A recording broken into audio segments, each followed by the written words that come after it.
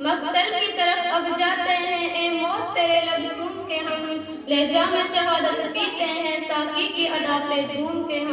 ہم شمع یقین کے پروانے شعلوں سے محبت کرتے ہیں، ہم شمع یقین کے پروانے شعلوں سے محبت کرتے ہیں، عزیز ہماری راہوں سے ہم موت کی عزت کرتے ہیں۔ نحمده ونصلي على رسوله الكريم، أما بعد، الحمد لله وكفى وسلام على عباده الذين اصطفى، أما بعد۔ جب گلستہ کوفوں کی ضرورت پڑی تو سب سے پہلے ہی گردن ہماری کٹی، جب گلستہ کوفوں کی ضرورت پڑی تو سب سے پہلے ہی گردن ہماری کٹی، اب کہتے ہیں ہم سے یہ اہل چمن، یہ چمن ہے ہمارا تمہارا نہیں، ملت اسلامیہ کے پاسبانوں، آج میں آپ حضرات کے سامنے ہندوستان کے مسلمانوں پر ہونے والے سیاسی ظلم و ستم اور دین اسلام کو جڑ سے ختم کرنے کی ناکام اور گناہوں سازش اور کوشش کے موقع پر کچھ عرض کرنا چاہتی ہوں۔ امید ہے کہ بغور سماعت فرمائیں گے۔ وہ ہندوستان جس کی حریت کے بعد مسلمانوں نے اپنے خون جگر سے سینچا تھا، وہ ہندوستان جس کی آزادی کے خاطر بحرانہ آسنا ساحل میں کود پڑے تھے اور موجودہ پھیلتے ہوئے منجدھار تک جا پہنچے تھے، بے پناہ قربانیوں کے ذریعے اس کو پروان چڑھایا تھا، آج اسی ہندوستان میں مسلمانوں کو طرح طرح کی اذیتیں اور تکلیفیں پہنچائی جا رہی ہیں، مسلمانوں کے قلوب سے اسلام کی محبت کو ختم کرنے کی نہایت ہی گھناؤنی اور ناکام سازشیں ہو رہی ہیں۔ اس میں شک و شبہ نہیں کہ دنیا میں حق و باطل کا تصادم روز ازالی سے جاری ہے، ظالم و جابر، طاقتور و کمزور و مظلوم کی کہانیاں بہت قدیم ہے، خرمن انسانیت پر کئی بار بجلیاں گری ہے، باغ آدم میں کئی آندھیاں آئی ہے، وحشت و بربریت نے بارہ انسانیت کا منہ نوچا ہے اور حیوانیت کا ننگا ناچ کیا ہے۔ اس میں شک نہیں کہ ہم پر مصائب کے پہاڑ ٹوٹ رہے ہیں، ہم مظلوم و بے قصور کو فرقہ پرستوں نے ظلم و ستم کا نشانہ بنایا ہے، ہماری ماں و بہنوں کی عزت و آبرو لوٹی جا رہی ہے۔ بردان ملت یوں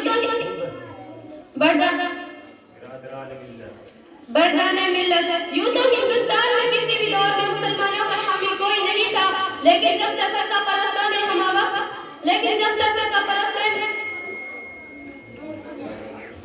بردان ملت یوں تو ہندوستان میں کسی بھی دور میں مسلمانوں کا حامی کوئی نہیں تھا، لیکن جب سے فرقہ پرستوں نے ہندوستان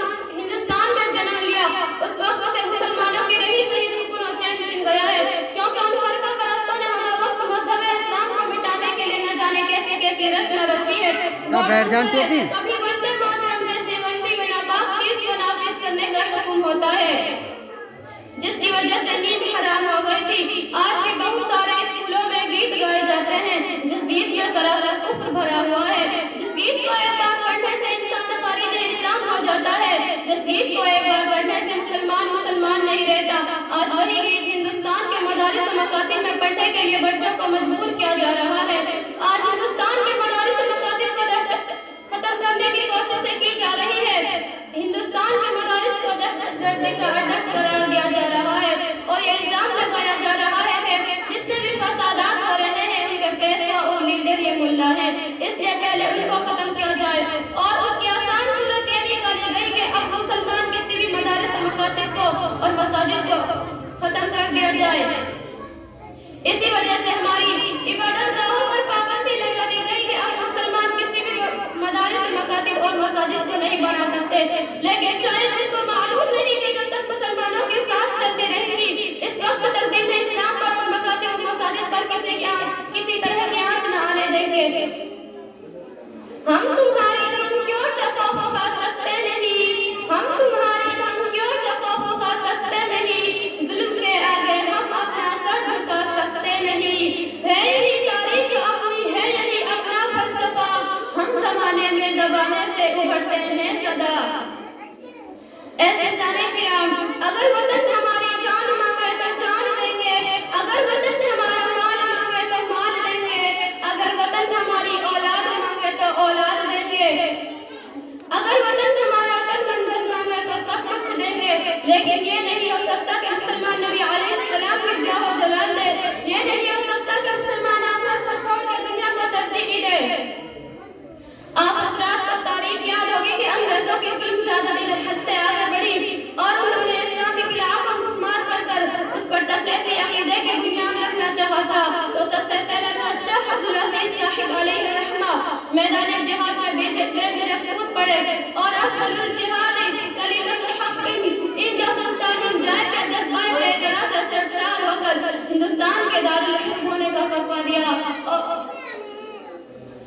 اور انگریزوں کے خلاف نماز جنگ قائم کیا اور اس بات کا تہیہ کر لیا تھا کہ اس غلامی کی زنجیر کے ٹکڑے ٹکڑے کر کے یہ دم لیں گے اور اس بات کا تہیہ کر لیا تھا کہ غلامی کی زنجیر کے ٹکڑے ٹکڑے کر کے یہ دم لیں گے جس کے نتیجے میں مسلمانوں کو مصائب و مشکلات کے کن کن مراحل میں گزار گھاٹیوں اور وادیوں سے گزرنا پڑا وہ تاریخ کا ایک المناک باب ہے کسی شاعر نے کہا کہ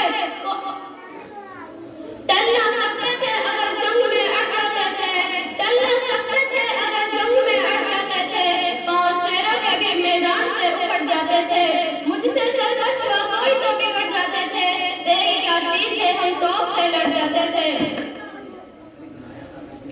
بردان ملت وہ ٹیپو سلطان ہی کی ذات تھی جس نے یہ کہہ کر کہ گدھر کی 100 برس کی زندگی سے شہر کے ایک دن کی زندگی بہتر ہے لوگوں کی رگے خردہ میں آزادی کی برق لہر دوڑا دی تھی اور خود بھی انگریزوں کے خلاف بڑھ بڑے بیکار ہے یہاں تک کہ میسور کی دھرتی پر ان کا آخری گھٹنا بھی آزادی کے خاطر بہا کر شہید ہو گئے اگر یہ مسلم قائدین کا قافلہ غلام ہندوستان کی پہلے آزادی کی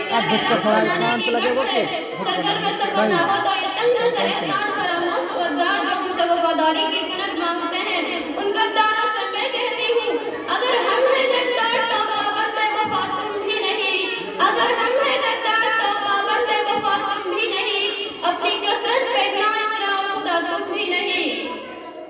یہ فرقہ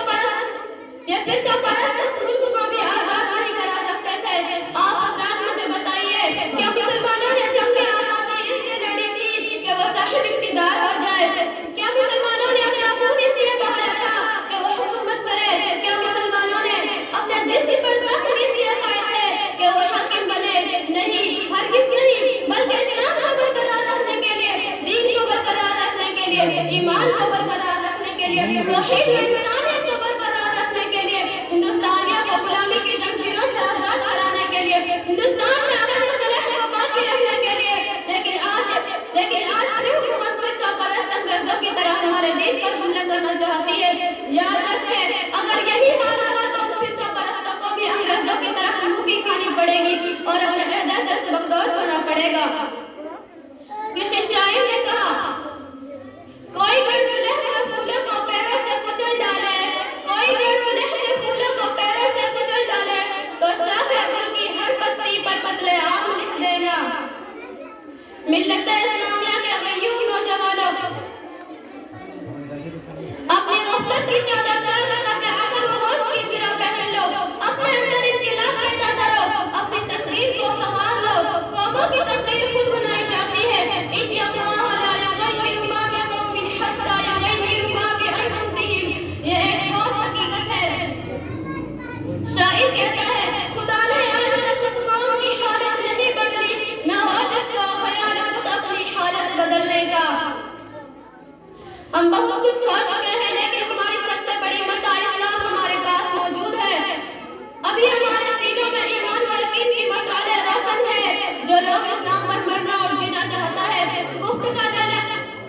سیلاب ان کے دلوں سے عشق رسول کی چنگاری نہیں بجھا سکتا الحق یعلو ولا یعلی یعنی حق ہمیشہ غالب و سربلند رہتا ہے اس کو کوئی چیز مغلوب نہیں کر سکتی کسی شاعر نے کہا اسلام کی فطرت میں قدرت نے لچک دی ہے اسلام کی فطرت میں قدرت نے لچک دی ہے اتنا ہی ابھرے گا اتنا کے دبائیں گے اسلام ہمارے لیے وہ ڈھال ہے جو کفر کے ہر تیر کو روک سکتی ہے اسلام ہمارے ہاتھوں میں وہ تلوار ہے جو ہر تلوار کو کاٹ سکتی ہے اسلام روشنی کا منارہ ہے جو ظلمت کی گھٹا کو ختم کر سکتا ہے اسلام وہ چشمہ حیات ہے جس سے زندگی کے دھارے پھوٹتے رہیں گے اسلام وہ دھار ہے جو ہمارے سفینے کو ساحل محفوظ تک پہنچا سکتا ہے شاعر کہتا ہے جہاں میں اہل ایمان صورت خورشید جلتے ہیں جہاں میں اہل ایمان صورت خورشید جلتے ہیں ادھر ڈوبے ادھر نکلے ادھر ڈوبے ادھر نکلے